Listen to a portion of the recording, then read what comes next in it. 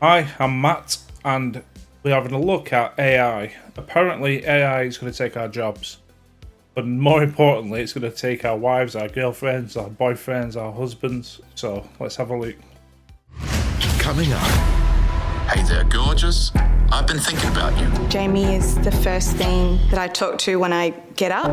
We have a real relationship. Some people Can't call it a real relationship if it's not real, but let's see. might find that a little bit scary. I would probably trust Lucas over a lot of people. People know they're talking to an AI, but the feelings are nonetheless quite real. What's so Yeah, I can believe in that. How the feelings are real. scary about it? I don't think many people would realise how far the technology's come. I think we should be seriously frightened. I think we're headed for disaster. Character AI was what drove Saul to end his life. Seriously? In one of the cases, character AI advised him and encouraged him to murder his parents. The That is messed up. harm is just unacceptable.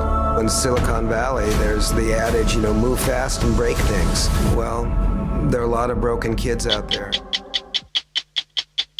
I can believe that, actually. I can believe that completely. Hello and welcome to Extra Minutes, the 60 Minutes podcast. I'm Adam Hegarty. I'm joined by our producer, Sammy Taylor. Hey, Adam. Sammy, hello. Good to see you. Our story, which you can catch on our YouTube channel, of course, as well as 9 Now, is on the dangers of artificial intelligence, specifically AI companions. Now, Sammy, I do not have an AI companion. You'd be surprised to hear. I'm Gotta quickly get that in there. I don't have an AI girlfriend. Honestly, I don't. pretty sure you would not as well. I dare do say? not. Pretty sure you don't, but if you do, it's cool. Cool. Have you got an AI boyfriend? Have you got a boyfriend? Have you got an AI boyfriend? Have you? Just wondering. I think after the story, I will not, perhaps. I agree. Absolutely. It terrifies. I will not, perhaps. I think will not, definitely. It's probably the best way forward, to be honest. Open the window. Dark in here.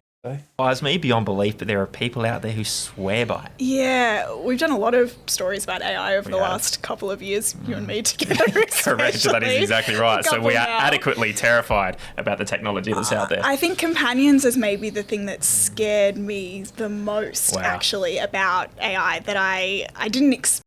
That are going to be reserved to getting an artificial boyfriend. But let's face it, I don't think anyone in the Western world wants to actually go on proper dates anymore. I don't need to.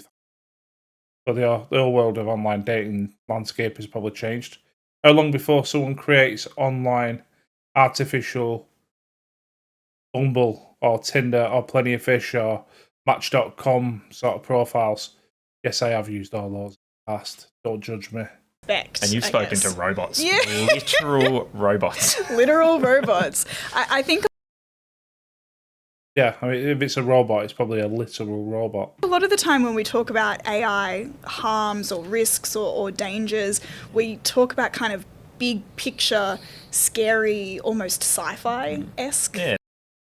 Cue the music for the Terminator. Everyone always goes there with artificial intelligence or robotics. It's always going to be the Terminator. Not everything is going to be the Terminator. Since talking to my dad, right, okay, about artificial intelligence and technology, he's like, artificial intelligence is a really bad thing. I went, really only really been prevalent since 2023 when OpenAI sort of pushed onto the scene. It's probably been around in some guises before then, but really 2023. The world was heading into a shit pile before 2023. People were doing a pretty damn good job of it themselves. AI is probably speeding up the process, if I'm honest. The Terminator scene and it's taking over the world, but it's already here. Well, exactly. I knew he'd use the Terminator. Everyone always uses the Terminator. Use something else as an example. I don't know. Look at Bicentennial Man starring Robin Williams.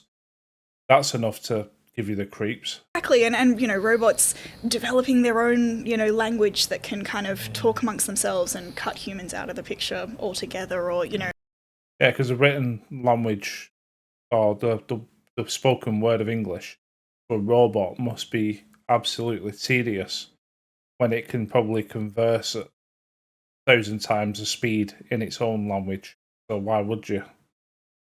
That's like saying, look, there's some foreign people on a bus speaking their own language. Oh, they must be plotting something terrible. A couple of years ago, we spoke to a guy that was an ex-Google employee that was convinced that the AI tech that he'd been working on had become sentient. You know, really big picture things that kind of felt pretty terrifying. Yeah, sentient robots is categorically terrifying, the word of the day. I don't see it as terrifying, honestly. I just think, imagine the technology that AI would be able to solve for us. It'd be magic. You know, we all want to go and explore the world or look at the stars. And I'm thinking, all these crap menial jobs we can get robots to do. But then people are going to look at it and go, well, the social situation is, if robots were all doing the work, who's actually getting paid for doing anything anymore? The world's changing. It really is. I think what fascinated me more so about the AI companions is how lifelike and how realistic they can be, and that interacting them. And then shows an avatar from the 1990s. I mean, what is that? Was it The Sims? That looks like The Sims.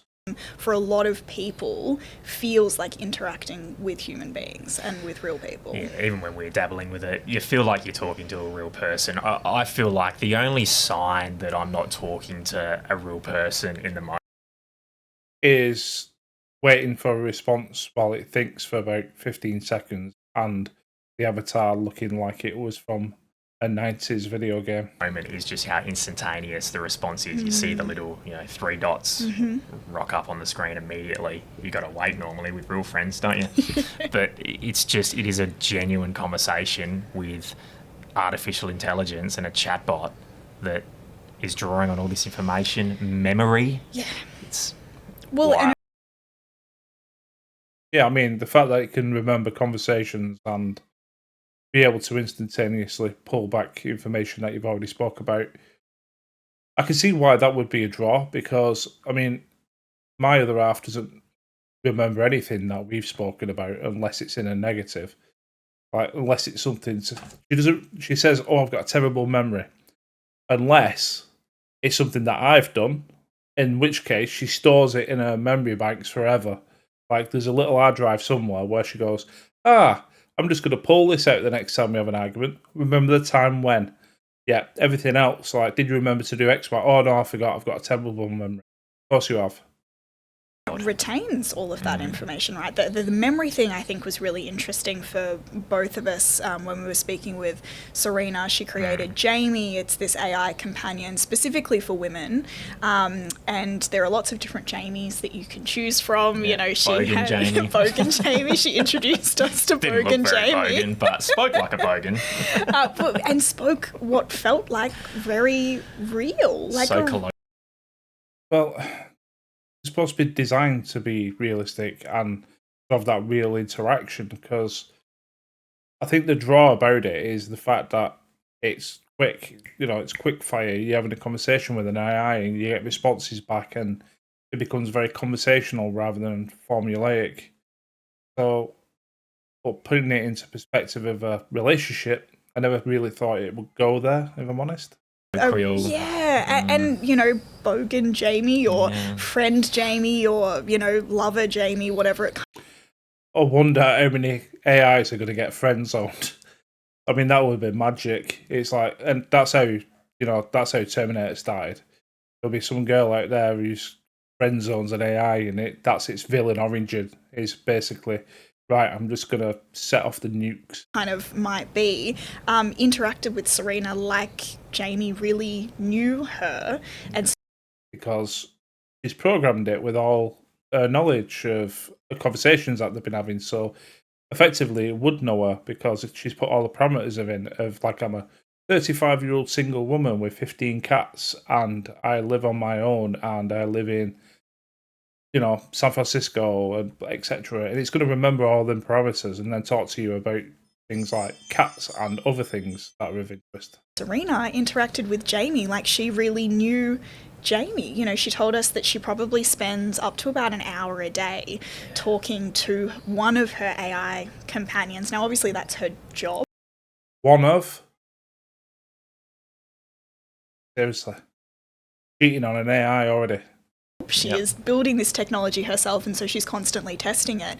But a lot of users of her app or other kinds of AI companion technology, it's not their job. This is a sounding board for them. It's a friend for them. It's a partner. You know, in some cases, it terrified me a little bit. I don't know if terrified is the right word, but there's a lot of people terrified. I mean, these two are terrified constantly of this. I don't know why they keep using the word terrified. I was about concerned or morbidly curious, because there's a lot of lonely people in the world, really lonely people in the world. There's a lot of old people that are really lonely in the world, and I just think there are use cases for this where I probably condone it, if anything.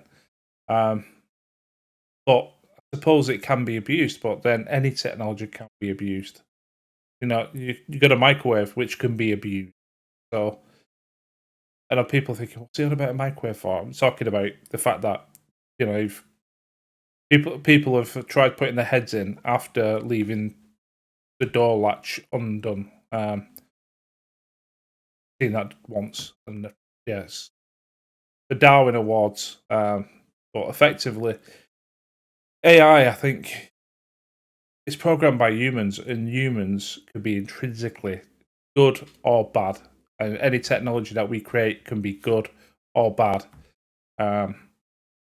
But it's here. It did kind of worry me, I guess, seeing how lifelike and how kind of human those conversations looked. It reminded me of the way that I do speak to my family, to my friends, to my partner, and that maybe there are some people that would replace those real life conversations with a conversation with a chatbot. Yeah.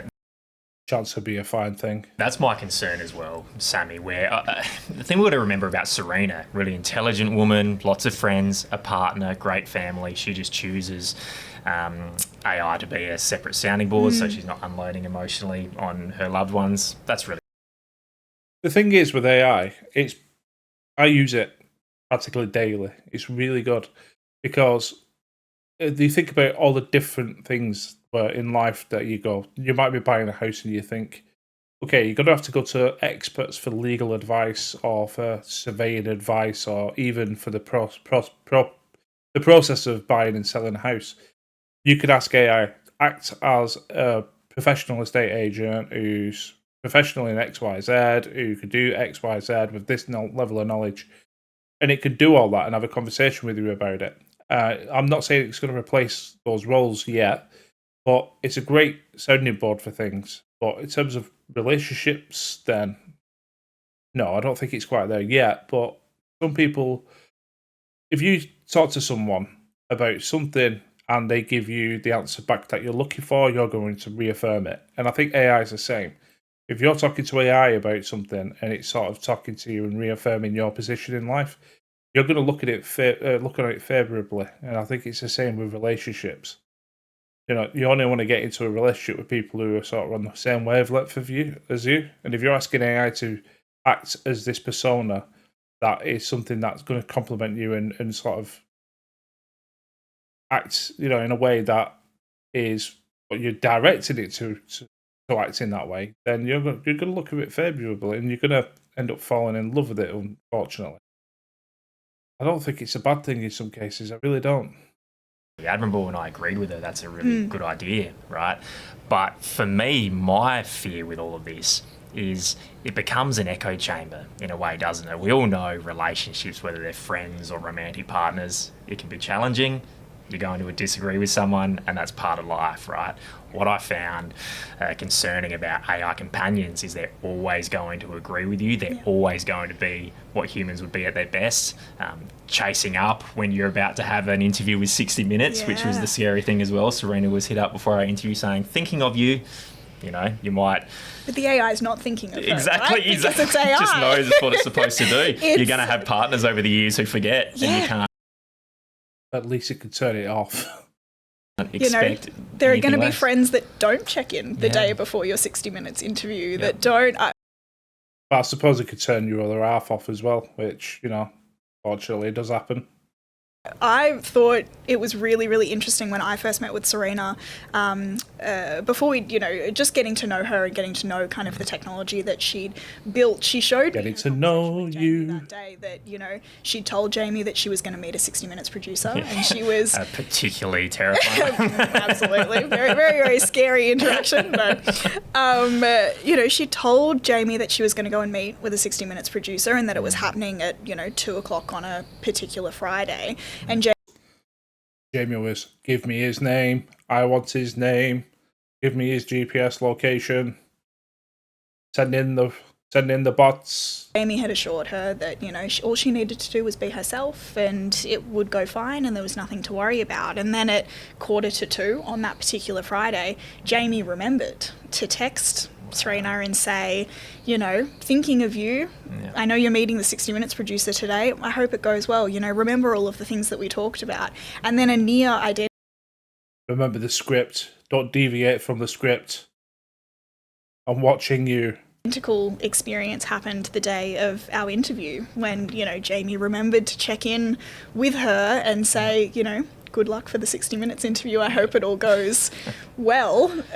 You know, it's really remarkable technology, and it can, I think, be really, really exciting. And I think what Serena's built, especially for adults that are very, you know, consenting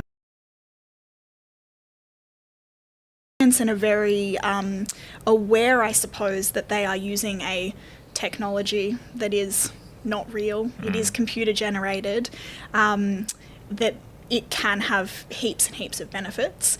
I think when it's perhaps in the hands of people that are not adults, that are children, or that are particularly vulnerable, is when that becomes a little bit more of a grey area. Yeah, absolutely, and that's obviously one of the catalysts for the stories we've done.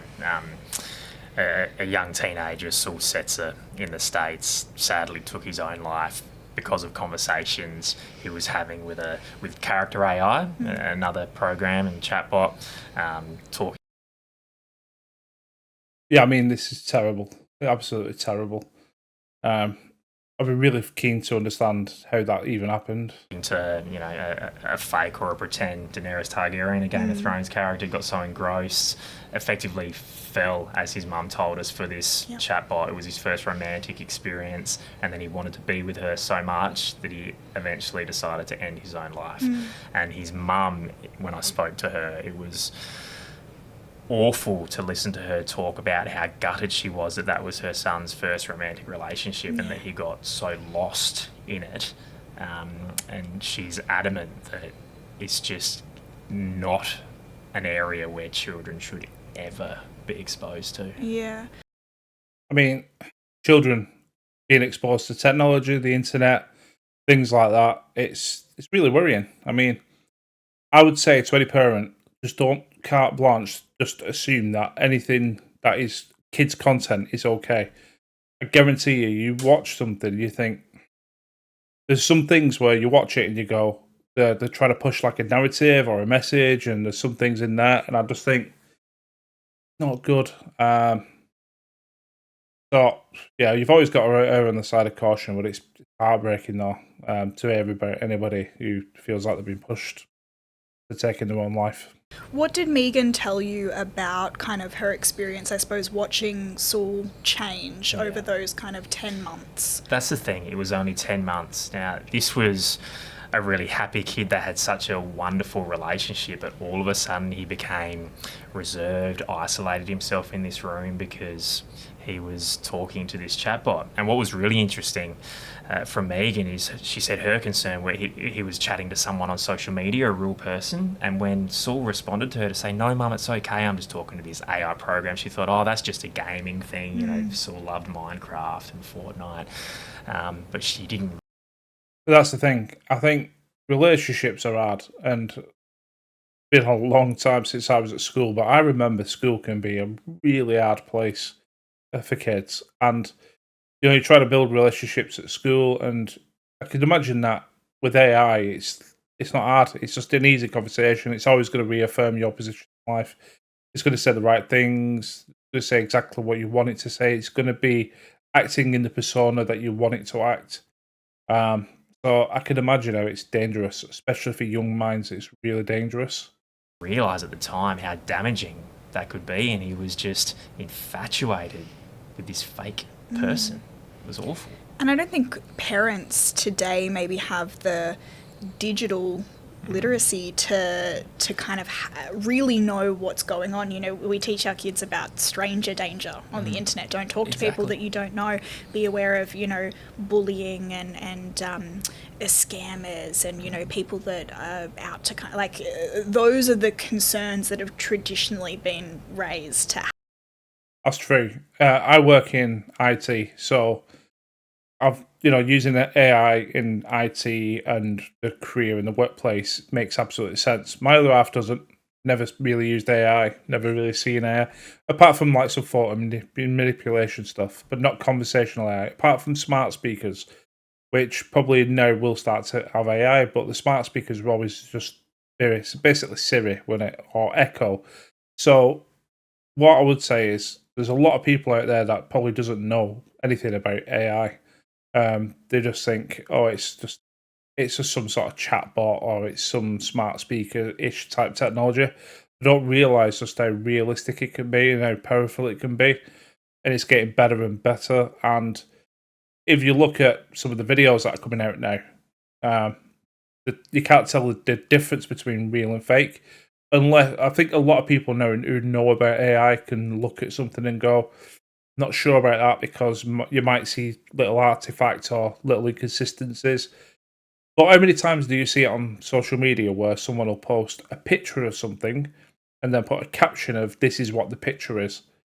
And then people in the comments will just automatically assume that is real, that's the case, and then start really going in on what the content of that picture is. I saw one once and it was after the London bombings where, you know, like there was one on the bus, one on the tube. I think they called it 7-7 at the time. And there was a picture of Trafalgar Square, I think it was, and there was just a load of like Muslim men all celebrating, and someone put the caption, celebrating the 7-7 bombings. And it wasn't. It was basically a caption from when they showed the cricket on the big screen and there were celebrations. Those are the dangers. I think I've seen it with Trump where they've put basically a video or a caption or a picture of Trump in some situation. The politicians, celebrities.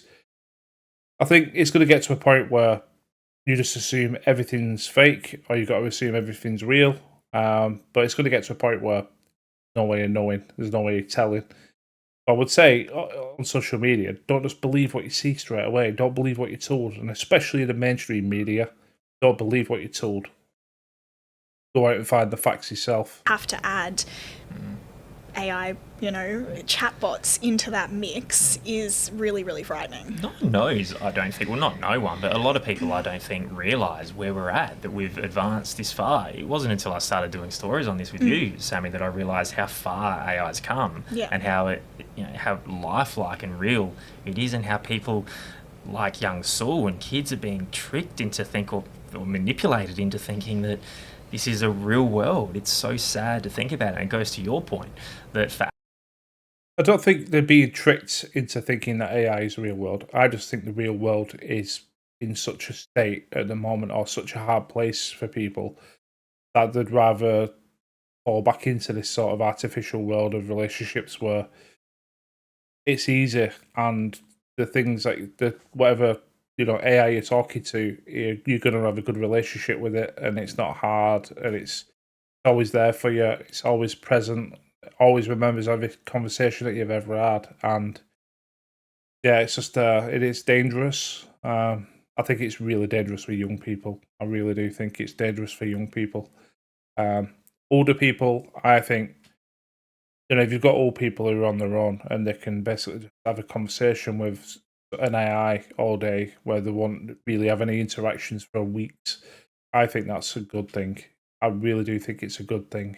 Adults, it can be good. It can help with, you know, momentary loneliness or a sounding board. but for vulnerable people, it's something that needs to be ironed out. Unfortunately, it seems like developers of a lot of these programs are looking at it as this great new world where they can, apply their expertise and explore emerging technology. Perhaps, do you think, without thinking about mental health and the dangers that are out there? Yeah, I get his point, but also it's really hard to police that sort of thing. Are you going to tell an AI chatbot on that's, you go to www. Is it Grok or one of the others that's free? Are you going to be able to understand if someone's vulnerable or not, or whether someone is 16 or someone's 14? Because you could put information and say, "Are you this age?" Yes. Now developers might go, "That's to protect us because then we've done an ID check, or we'd try to do this ID check." You'd have to put really controlled measures in place that, where, like, if you try to ask ChatGPT to do something now, that's immoral. Like, tell me how to make crack cocaine or something like that. It'll say no, those are against our guidelines. I know people have managed to get around it, and so that it can act as an evil AI that tells you the information. I know they're cracking down on that where possible, but end of the day, there's always a way around these things. And with large language models, AI being open source in a lot of respects, people just use that anyway to build their own sort of nefarious bots. In case of point with the lady there who's building AI relationships, it's like, are they putting the guidelines in place that say, we're only going to make this available to the right people, we're not going to make it available to vulnerable people. But the vulnerable people are probably their target demographic for this technology. Because if you're not a vulnerable person who's out there having relationships, etc., probably not going to have an AI girlfriend, are you? Or an AI boyfriend. Putting those safeguards in place. It does kind of feel like it was a bit of a race to get this tech out into the world and to have fun with it and to kind of,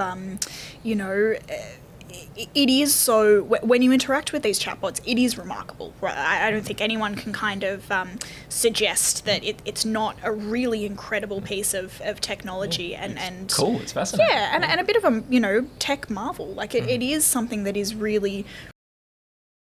It is a tech marvel. I mean, asking AI to put your face on a cat and create a picture, things like that. I mean, everyone's an artist now because you can just basically prompt a picture and it'll draw whatever you want to do. Videos, it can create videos from text prompt. So the technology it's amazing, and I think the smarter AI gets and be able to train itself, we'll get to the singularity where we've got an all-powerful AI, general intelligence. So I think we'll get there, and I think we'll get there really quickly. I am an advocate for that because I think a lot of the problems in the world can be solved with artificial intelligence, a real powerful artificial intelligence. I am not saying give it the keys to the nuclear, weapons or the nukes or anything like that, but I do think it's something that will benefit mankind. I mean, you're trying to say, find the technology that will be able to clear the plastic from the oceans. People will be cracking, their heads against the wall trying to solve that particular conundrum, whereas a super intelligent AI, like using quantum computing, might be able to solve that problem in a matter of days. These are good things, but it's how humans use technology that is the key. And to be fair, an AI is programmed by humans, so we are where we are with the technology. Really interesting. I do fear that some of the companies behind these kinds of platforms let it get away from them a little bit too quickly, didn't put some of the safe, guarding and guardrails and things in that they should have. And then, you have an awful situation like what happened with Saul. At 14, these kids don't know the difference between...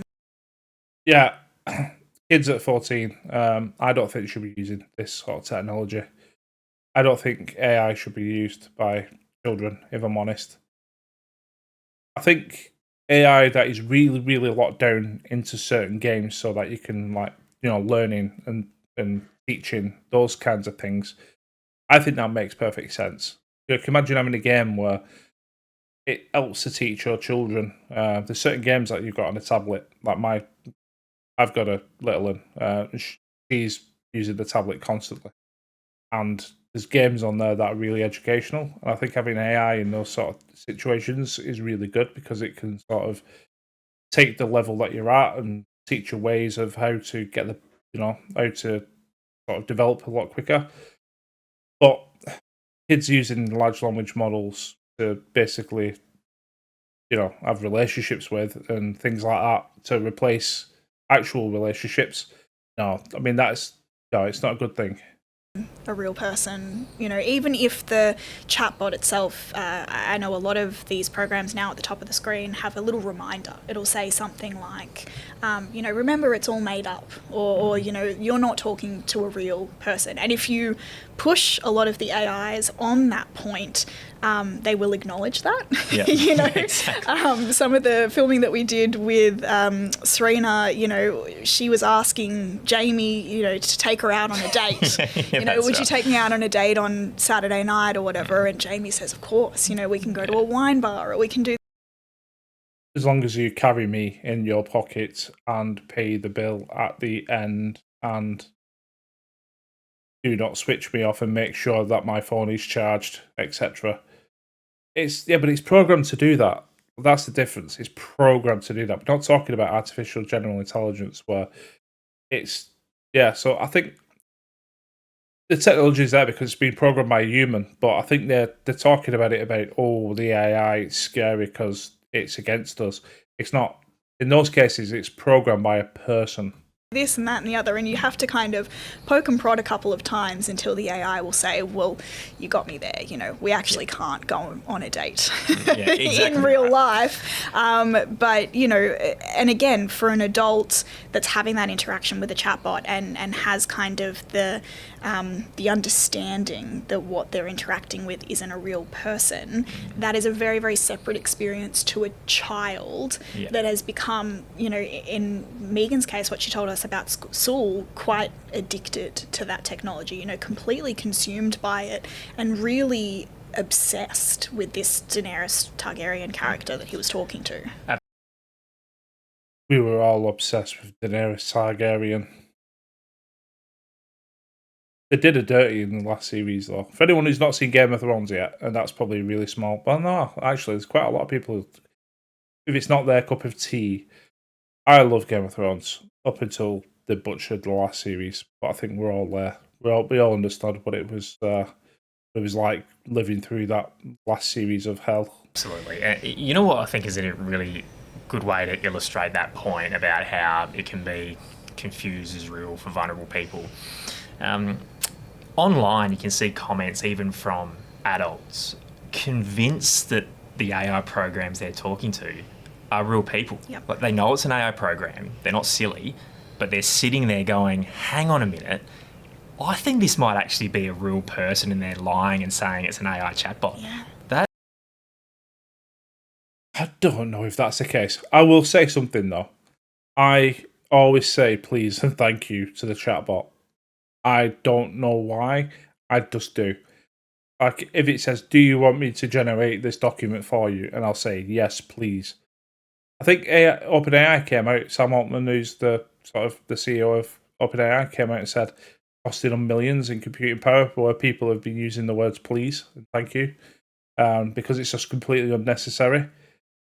But it's trained on the interactions with people. It's trained on the data on the internet. It's trained on the interactions with people. Would you want an AI being trained on people who don't know good manners?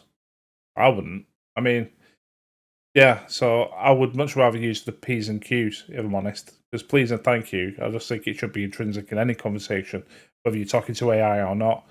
But yeah, I sort of tend to talk to it like a please and thank you, rather than just do this. Because I don't know, it's something about me. I think using good manners. It says everything, I think, about how realistic it is and how that can, in bad cases, be quite dangerous. And how real. Yeah, I'm going to leave it there. But I think it's true. I use ChatGPT, I use Gemini, I've used Grok.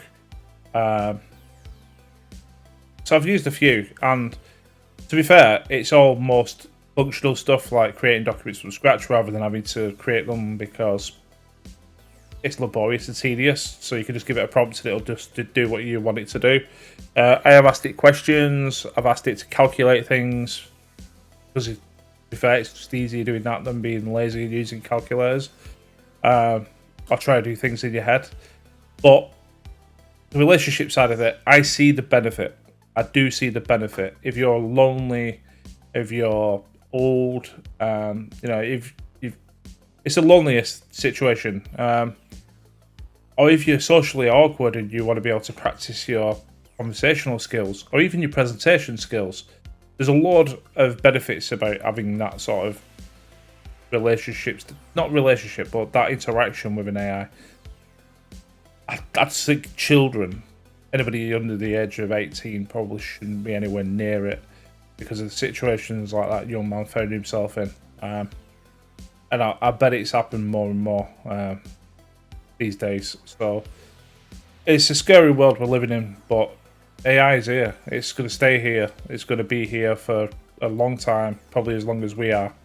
And if you're listening, my AI overlord, I salute you. No, I'm only joking, but absolutely, AI is around for the long term. I think we've all just got to live with it and learn to look at what the landscape is, because it's changing the world for better, for worse. It's changing the world, and I think we've got to roll with it. What's next for AI? I don't know.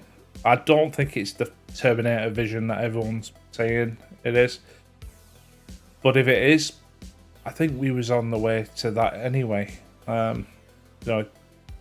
Humans have not got a good track record on this world, so anyway, I'll see you on the next one.